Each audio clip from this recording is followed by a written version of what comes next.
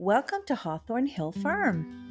My name is Marilyn Cameron. I'm a farmer and a retired veterinarian. And my husband Paul is still working as a pharmacist, but helps on the farm as much as he can. Together, we operate a small market garden farm and attend a weekly market in the Annapolis Valley of Nova Scotia.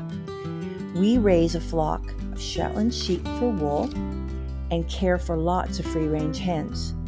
We have meat birds in the summer too. Clarabelle is our family milk cow, and Tuli, her calf, are our newest additions to the farm.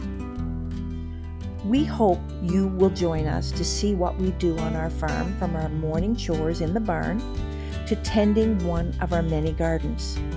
We'll be harvesting, preserving, preparing all the ingredients grown right here on the farm. Over the years, we have learned so much about being more self-reliant. Although we've made lots of mistakes, we've got lots of help too, watching other YouTube homesteaders.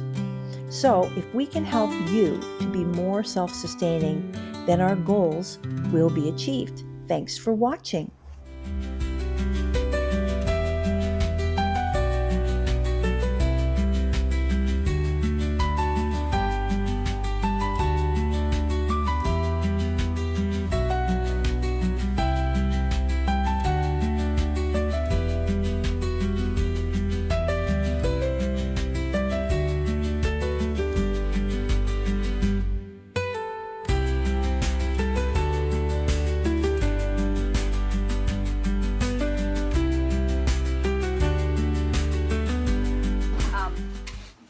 Chose to do organic feed. It is expensive, and we are feeding approximately 60 birds year round.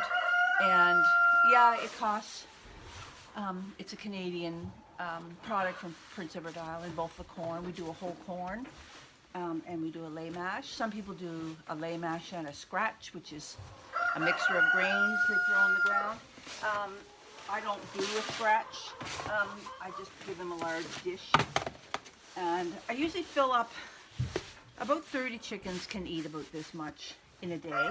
This is enough for morning and night. So each side gets, it's not much, they'll each get a few mouthfuls. It's a cooked porridge that has a bit of milk in it and a little bit of brown sugar. And it's just an extra little treat for them for days that they have to stay in. Here you go, girls. And they love it.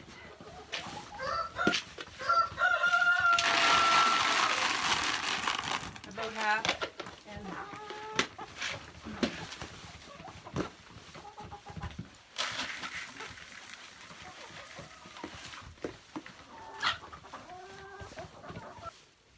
So the basic morning chicken chores simply involve bringing in a flake or two of straw. And I just sprinkle it on the floor, especially under the roosts, because this is my girls. You still up there? Are you? Oh my! Especially under the roosts, because that's where it's poopier.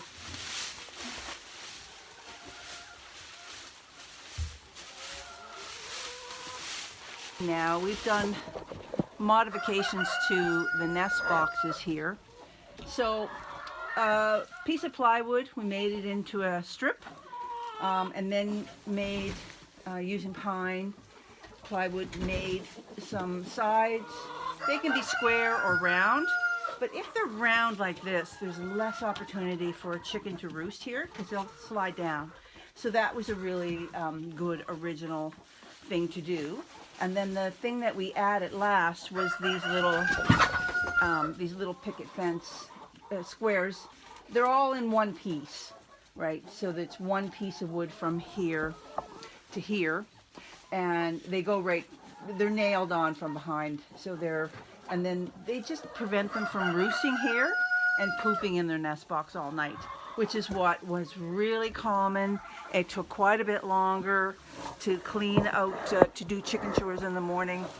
The nest boxes are, in this case, we didn't make them this way, but these are dollar store little containers. and I think they're just wonderful.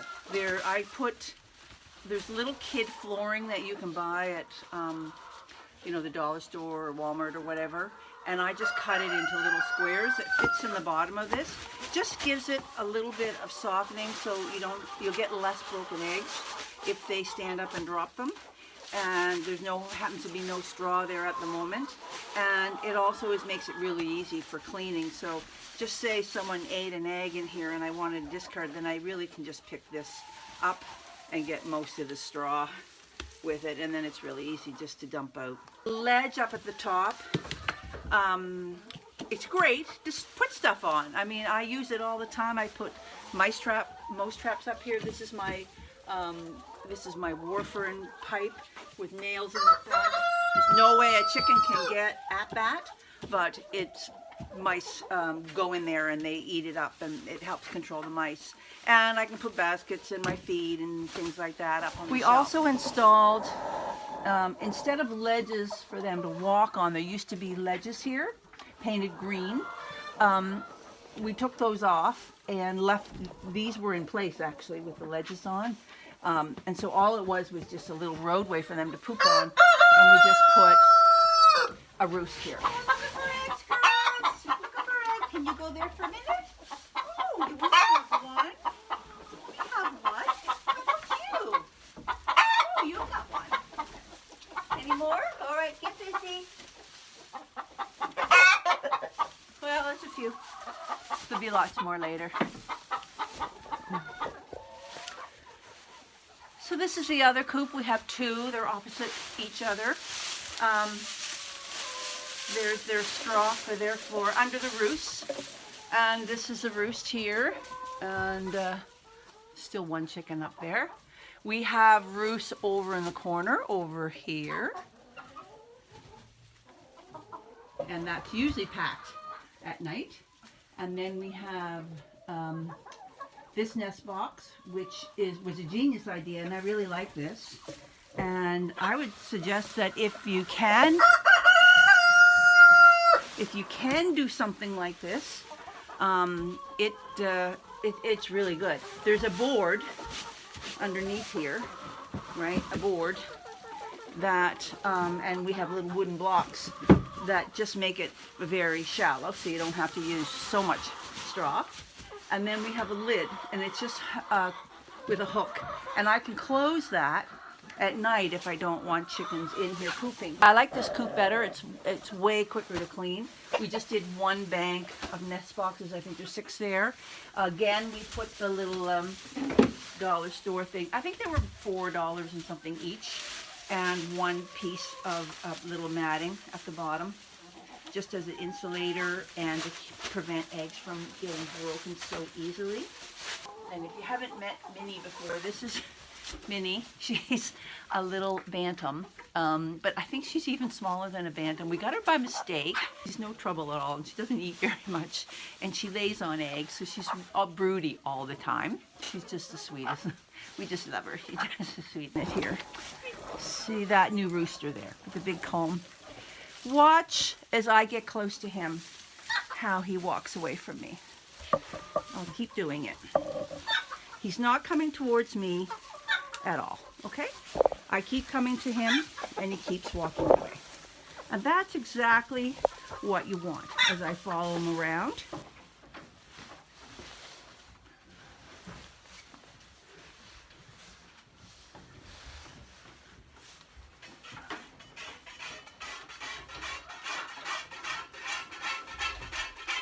Of all my branches, this one is my favorite.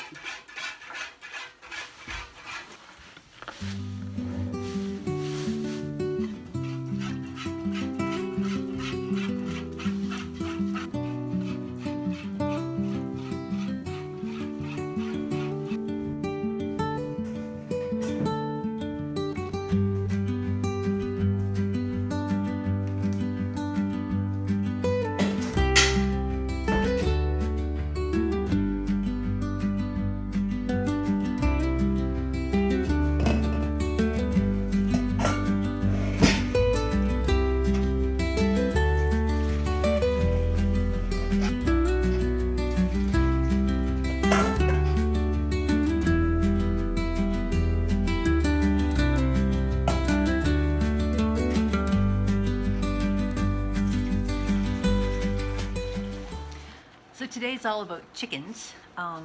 We've had chickens for a long time, about 14 years, I guess, and you learn a lot about them. You hate to lose them, you hate for bad things to happen, but it does happen. So this little talk should help. I've got lots of photos, so I'm going to interject with some photos that we have collected over the years to help illustrate what I'm talking about. But the very first thing to talk about is getting your chicks. So if you're getting chicks, it's soon time.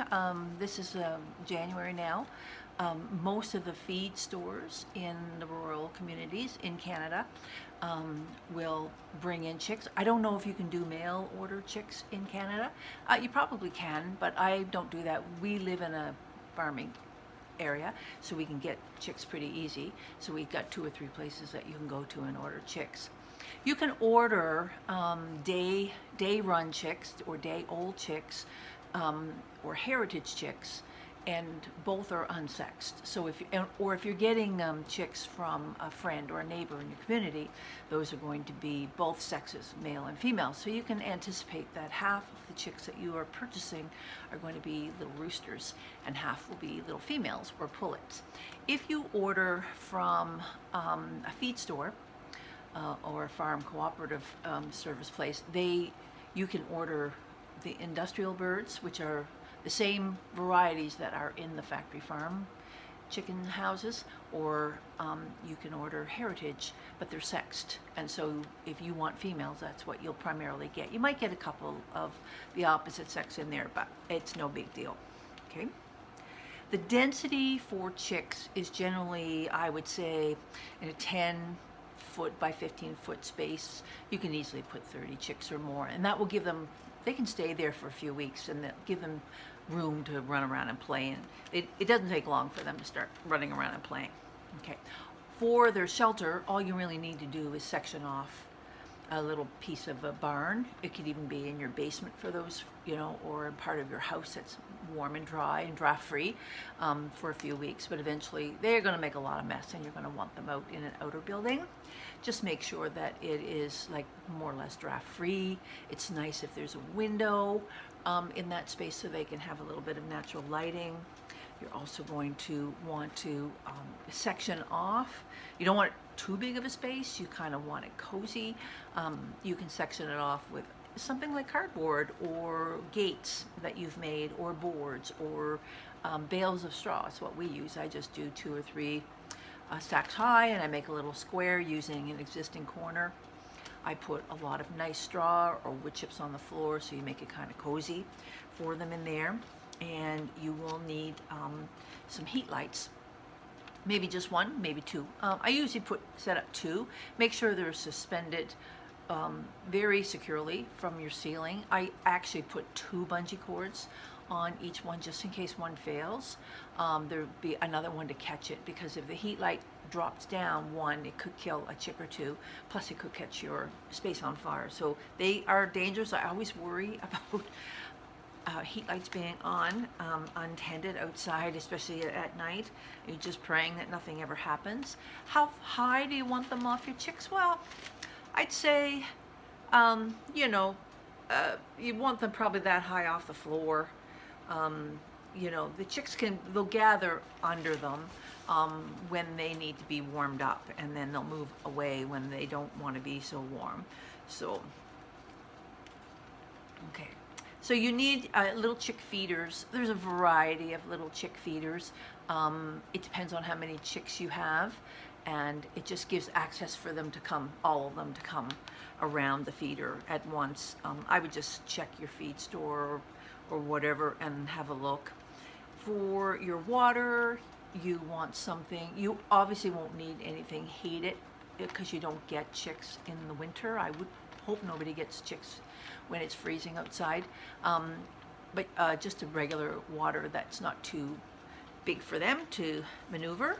And you've got to make sure that they are drinking when you get them. So you kind of just pop their little heads right in to the water when you get them, and make sure they all know how to drink. And you can watch them. They actually throw the water back to the back of their throat and then swallow it. And you can easily see that they're eating and drinking when they do that. Any chick that pecks at food actually repeatedly puts their beak into the feed. They're probably eating, but they also do throw back their heads a little bit to swallow. So you can tell if they're eating and drinking. Just make sure they do as soon as you get them, that they're eating and drinking. Okay. We always start our chicks with a little bit of medicated starter, and that's for a prevention or mild treatment of coccidia. Coccidia is a devastating intestinal protozoal parasite that can literally rip the lining out of a baby chick, and they hemorrhage or bleed into their gut. They become very pale, it's very painful, and they become very lethargic, pale, droopy head, and a lot of bloody diarrhea on the floor. It starts as kind of watery, and then it proceeds to hemorrhagic, and you need to I think the antibiotic is amprolium. The medicated feed has a little bit of that in it, but you can also, from your vet or your vet service, can provide you with some amprolium to add to water if you see that. You've got to go quick though, move quick if you see it. Go that day and get your medication. It's probably a little too late to do medicated feed at that point, but I always do, it helps. And for their water, I'll actually use like I'll buy a little pouch. It's under $10. I throw most of it away. I'm only using a half a teaspoon or whatever, a teaspoon maybe, till it's electrolyte solution for the water. It just gives them an extra little boost when they're so little and so fragile. Chicks, in my estimation, do need chick grit. It's a very small, almost a sand-like. It's a little bigger than sand, but it's not. They're not pebbles. It's grit, and it's a real fine grit, and it's silica. And I would offer it because you know what? They eat it. Every time we put it out, it is gone, and it's not just spilled, it is eaten. So they don't eat something they don't need, so I'm sure that they need it, okay? So that's your chicks. I want to talk a little bit about a few of the common chick problems, but probably the most common one is coccidia. So as we already talked about it, that's what they look like. I have some photos here, and medicated feed's the answer. Pasty bottom, that's really, really common. So you'll see that in the first, I don't worry about it after a week or so, maybe 2 weeks, but when they're little tiny chicks, I just spend that 2 minutes every day, and I pick every single one of them up, and I look at the bums to make sure that they don't have dried fecal material attached to their vent. They can't poop through that if it's glued to all sides of their feather, their baby feathers. So you have to actually warm it up or like moisten it off and pull it off gently. Don't worry if you pull off a couple of little feathers, they're going to be just fine. It's better that than them not being able to poo. Yolk sac infections, in all these years I've only seen a couple, and they're usually not going to make it. You could try antibiotics if you see the first sign of it, like in this photo, but I don't know if it's going to work. Wryneck is usually a selenium and a vitamin E deficiency. If you can get that into them, it might help, and it might not. Anyway, you always can try. So that's the little chicks. They are sure cute, and it's a great time to spend a little bit of handling with them and picking them up and getting them used to your voice and talking to them. Maybe if you've got a nice dog, it's nice for the dog to come in and meet them. We had a dog who wanted to visit with the chicks every day, and he really enjoyed staring at them for 5 or 10 minutes and very happy to leave, but it was important to him to check on those chicks every day. The dog we have now would gobble them up like cookies, so we don't let her anywhere near chicks or big hens and roosters. So now let's talk about the hens. What are the needs for hens? Well, they need a little bit more space. So our coops, I think, is 10 by 15 feet. We have 2 of them, as indicated earlier in this video. And that would be good for 20 hens, but sometimes I have as much as 30, and it's a bit overcrowded. In the summer, it's not such a big deal because they only come in at dark, and they just go up. they have a quick bite and then they get up on the roost. It's already pitch black outside and they go to sleep. But in the winter, yeah, having a really tight space means you're gonna have to clean more, and they might get a little bit more stressed out. But anyway, so you need to have basically as draft free as possible. Drafts make anybody sick if it's constantly blowing in. You need some kind of rodent control, whether you have baits or traps or warfern cubes hidden away where chickens can't access them. They are deadly, so you have to make sure only the mice are getting them. And you can also wire your coop. So if you don't have chickens yet, or you have a space like we did with a dirt floor, hardware cloth, but the smaller the opening the better, because believe it or not, mouse can fit through the 1 centimeter ones. Rats can't, but mice can. And it just helps. It's just gross to have so much mice poop, and they smell. They don't have bladders, so they pee everywhere. So when you come in and you smell that, kind of stuffs you up. I don't know, it's just a very characteristic smell of mouse pee. I can smell it here and there in the coops. I know where their common traffic areas are, and that's a great place to put traps. And I try to catch as many as you can and get rid of them. Chickens need ramps. If you're going up to a door or from a window or outside, you need to have ramp. It's just maybe 2 boards put together. It's the easiest way I can think of it, with little sidebars going down about that far apart. They don't mind sliding a little bit as they're going down, but they need something to grip as they're going up. So those little pieces of wood going up are good. I have some photos here. They also like to sleep on roosts. I know some people say that their hens just like to gather on the floor in a little group. They might be doing it because 1, there are no roosts, or 2, that the space is too cold, and they need to huddle together. But mine are there's never one. If I go out there at 11 o'clock, which I do every night to check on the bigger animals, there is never a chicken on the floor. They are up off the floor. And it's probably because there's some mouse activity on the floor, getting into whatever little bit of feed there might be left in the dish. If you can, it's great. And if you have electricity, it's great to have a heated water out in your space, so that you don't have to change water all the time, or haul water all the time, or break the ice on water all the time. We did that for a couple of years. It got to be a drag. We do have electricity in our barn, so that's one very, very thankful thing that we do have. And you need to have proper feeders. These 2 that I have the photos of, I love them. They're really good ones. You also need to have security in your barn, so that nothing comes in at night and attacks them. So your doors just need to be secure, that there's no gaps or holes in them. Your windows need to be secure, so there's no gaps or holes in them. So you don't have owls and hawks and stuff. Owls will fly right into a coop. So will crows and stuff. Owls at night and crows in the daytime, and hawks too. Plus weasels and mink and foxes, they'll go right into a coop if the door is open. So make sure you take the time to go out and shut everything up securely for them. It's their one safe spot in their whole world, is where they live. Just like your house is your one safe spot for you, where you don't want intruders coming in and killing you. They don't either. So you have to have nest boxes, of course, someplace. And I've seen a million different types out there. It doesn't really matter, as long as they're functional. The hens can get in and out of them with ease, that they're relatively clean, so that your eggs aren't filthy with poop and things like that.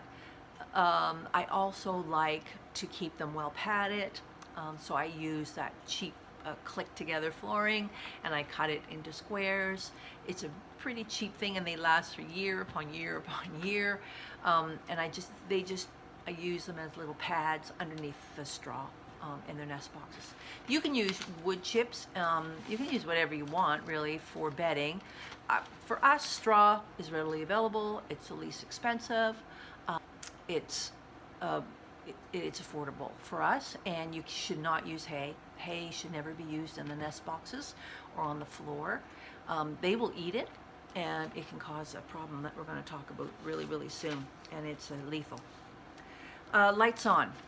Okay. To get hens to lay eggs, our strategy is this. We want our chicks that we get in June, so say June 1st we get our chicks. By December 1st they're what, 6 months old, or 5 or 6 months old. I want them to start laying eggs sometime in December. So we're going into the winter, and we have been feeding organic feed all along. An organic feed is double the cost of the non-organic feed, and for me, it makes the most sense to start getting productivity out of our hens as early as possible, and until they run out of eggs, and then we can dispatch them and replace them with fresh birds. So that's our strategy because of the organic feed. It just doesn't make sense to feed them organic feed and let them rest all winter and not produce eggs and have to wait until spring again, almost a year later, before you start collecting eggs. So we start forcing egg production by increasing the lighting in the coops. The lighting, it's a really easy fix. We buy those really cheap. They're 20 bucks, mechanic lights. They're on a hook. They can be wire or they can be plastic, and you just make a hook in your ceiling and you hook the mechanic light on, and the cord runs outside of it, and you have a timer outside. And again, those little timers, they're for exterior Christmas lights or any kind of night light that you have in your exterior.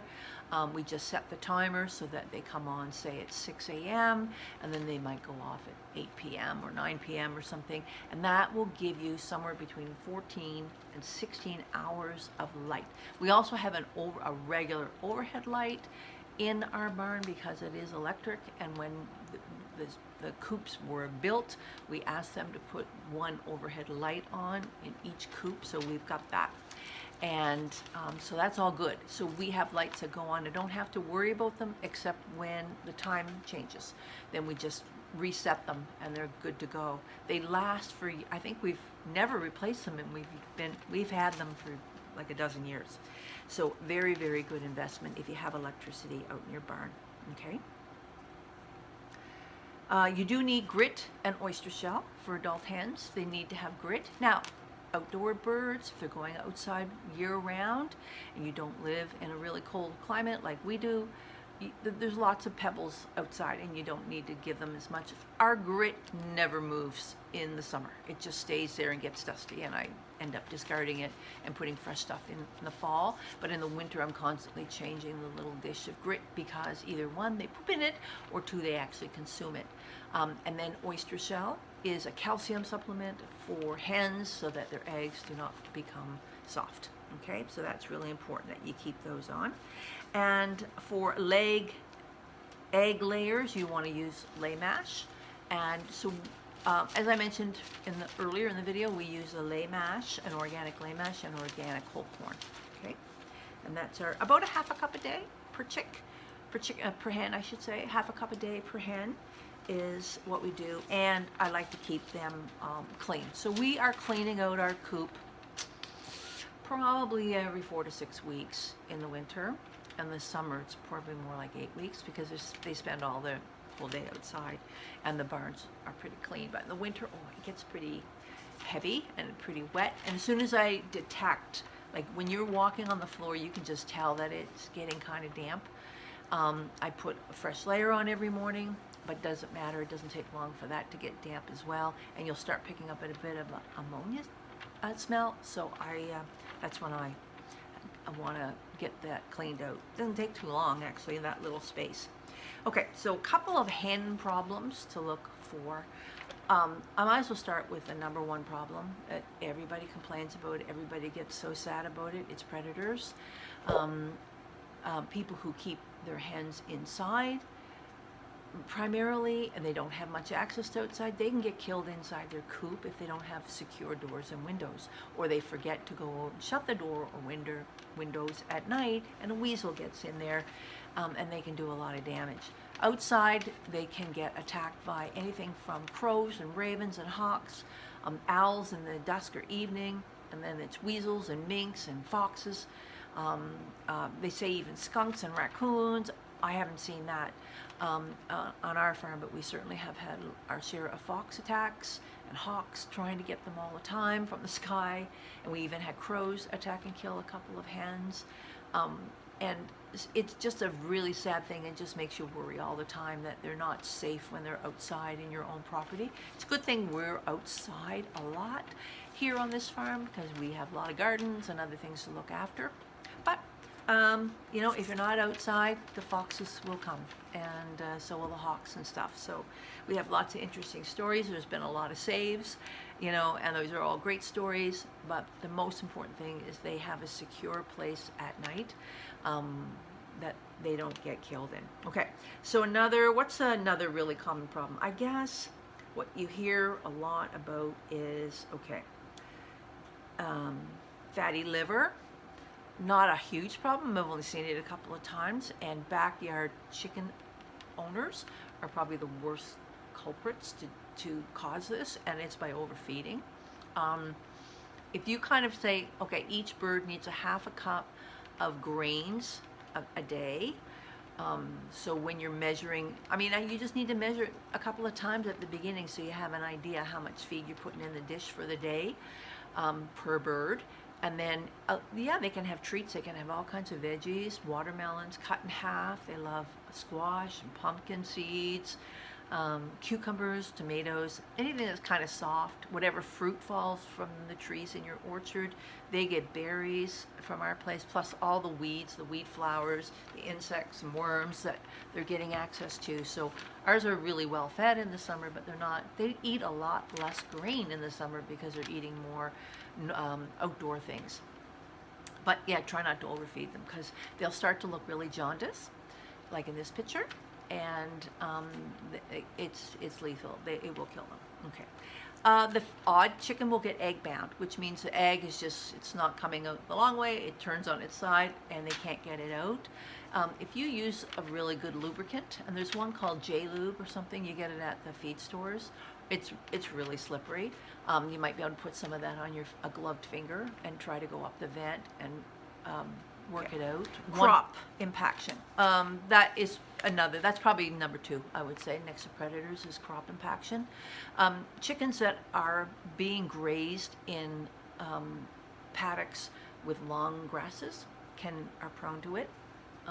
Our chickens, yes, they have a little access to pastures where there's long grass, but they do tend to stay on the mowed area of the lawn. I guess it's just an easier path from A to B, from orchard to garden, and from this garden to that berry patch.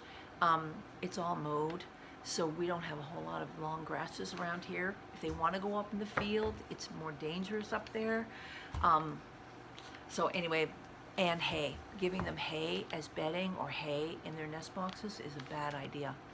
And I don't think it's treatable. I mean, yeah, you can sedate them and cut open the crop and pull the stuff out and sew them back up.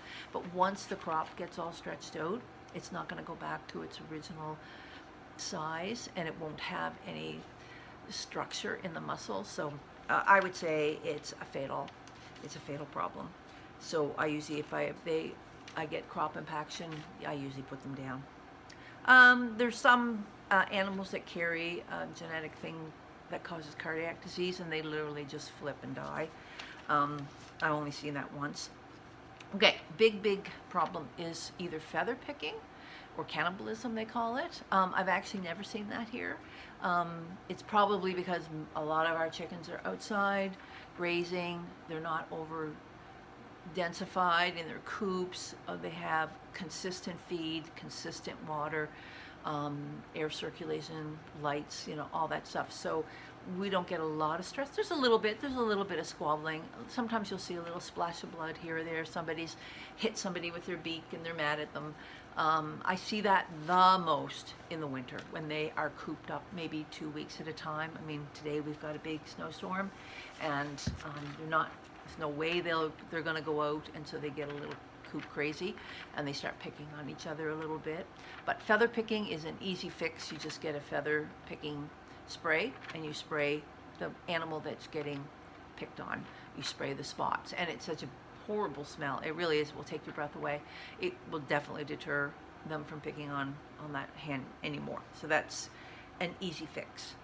Rubber eggs just means they don't have enough calcium in their diet, so you can need to either get a lay mash with more calcium in it, or you supplement them like I do with oyster shell.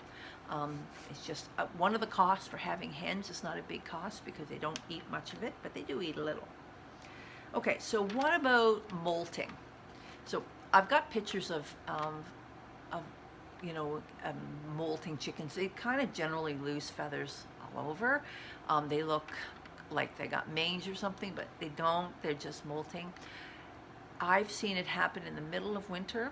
I've seen it happen in the summer and the fall. So my birds are definitely confused about when it's summer and when it's winter because of the lights that we use that are on in the coop. And so they molt whenever. So sometimes we'll just see a lot of feathers in the yard or a lot of feathers in the coop, and that's somebody who is molted.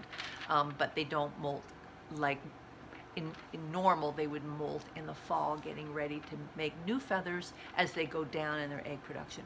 It takes a tremendous amount of energy and protein to grow new feathers, and so that's a point that if they do molt, they will not be laying eggs. Okay. Nothing that you can do about it. However, if you have a rooster and you are seeing just patches down on their lower back, just before their tail feathers, that's the rooster. They jump on their back, they dig their claws in, they grab hold of their neck to hold on while they breed. It only takes a second, but they tend to pull feathers out with their talons on the back of them. And you can buy little aprons to put on or you can make little aprons. Like we had a bunch, just pop them around the wings and they just go down the back, and that kind of covers that spot, which is kind of nice if it's a big open spot and it's really cold winter, to have a little apron covering on there. And that's pretty much it. We have really two nice roosters, so they're not really pulling the feathers off all the chickens, not too much. A little tiny bit here and there, but not much. Okay. A dust bath is a really nice thing to give them. In the winter, you just get a big Tupperware container or something, and just fill it maybe a third full of peat moss, if you can get access to that. They don't really like sand, but peat moss is really nice, and if there's a way you can secure it so they don't tip it over, is even better. It will last a little bit longer. Now the other two little problems are parasites. I've only seen them a couple of times. Lice, like I'll show you some photos, they really bother them on their back end. Around their vent is a spot that you really got to look close. Sometimes they have poo that has white bits on it, and you'll think, oh, that's just normal poo, but no, the lice tend to gather around the shaft of the feather, especially on the back end. So that's important that they have some treatment for that. A dusting powder is probably an easy one. You can get it at your veterinarians. The other solution that works really good is ivermectin. Ivermectin can be given in the water, or it can be diluted and put on the back between the feather, between the back of the neck there. It's just a drop or so, and you have to withhold your eggs for a couple of days, but that's okay. Mites and lice are a real problem. Mites, I have a couple of photographs of mice. There are two kinds of mice. Mites bite and suck blood. One is they really bother the hens when they're sleeping, so they cannot wait to get outside. They don't want to be on their roosts. They tend to be more on the floor because the mites will go up on the roosts and bother them at night, but they don't leave the coop. And the other ones go with them, inside and outside, and they'll start showing up on their faces and that. I've never had those ones. Those ones will actually bite people too. And I find that mites when I go into a coop and there's mites in there, your skin starts to sense that they're there. I find even if I dodge under a roost to collect eggs, my hair starts getting really itchy. I know my head's itchy, and so I know as soon as I have an itchy head that there's mites in there and it's time to treat them. I haven't seen them for a while. And they usually happen on the milder winters, believe it or not, because the cold winters, the mites and lice don't want to live in the barn. It's too cold, so they don't bother them as much. So whenever you get a well-insulated barn, or you get heat, somebody's putting heat on, is when you'll see more skin parasites happening in your chickens. So it is good for them to have this cold. They can handle, there's a lot of Canadian breeds of chickens that can handle really cold weather as long as they're dry, right, is a secret. Our barn is really cold, but because the chickens share their space, that building, with a flock of sheep and then 2 cows, when I open that door and go into that section of the barn in the morning or late at night when I go to check, it's warm. It's a lot warmer in there than it is in the big barn where there is no animals. So the heat of the other animals, they all help each other by heating the space, and it's actually quite tolerable. There's been a couple of times over the years I've gone out and I really pity them being out here. It really, wind is battering the north side of that building, and there you can't feel the wind in, but it is causing more of the cold to come into the building. It's much better on a calm night when there's no wind, and the body heat from everybody keeps the space warm. But anyway, well, I hope that this helps a little bit, and I hope some of these photos help land it for you. They're lovely, lovely animals to have. I really enjoy. I don't think I could have a property without having at least a few chickens, because they're so interesting. The chickens are the most interesting animal on the farm, I think, because they're always getting into something, or there's little squabbles, or there's lots of noises and activity, and they're fun to watch. And I think they're just a pure pleasure to have on your farm. And I wish you luck, and I hope that you have a great experiences with your chickens too. All right?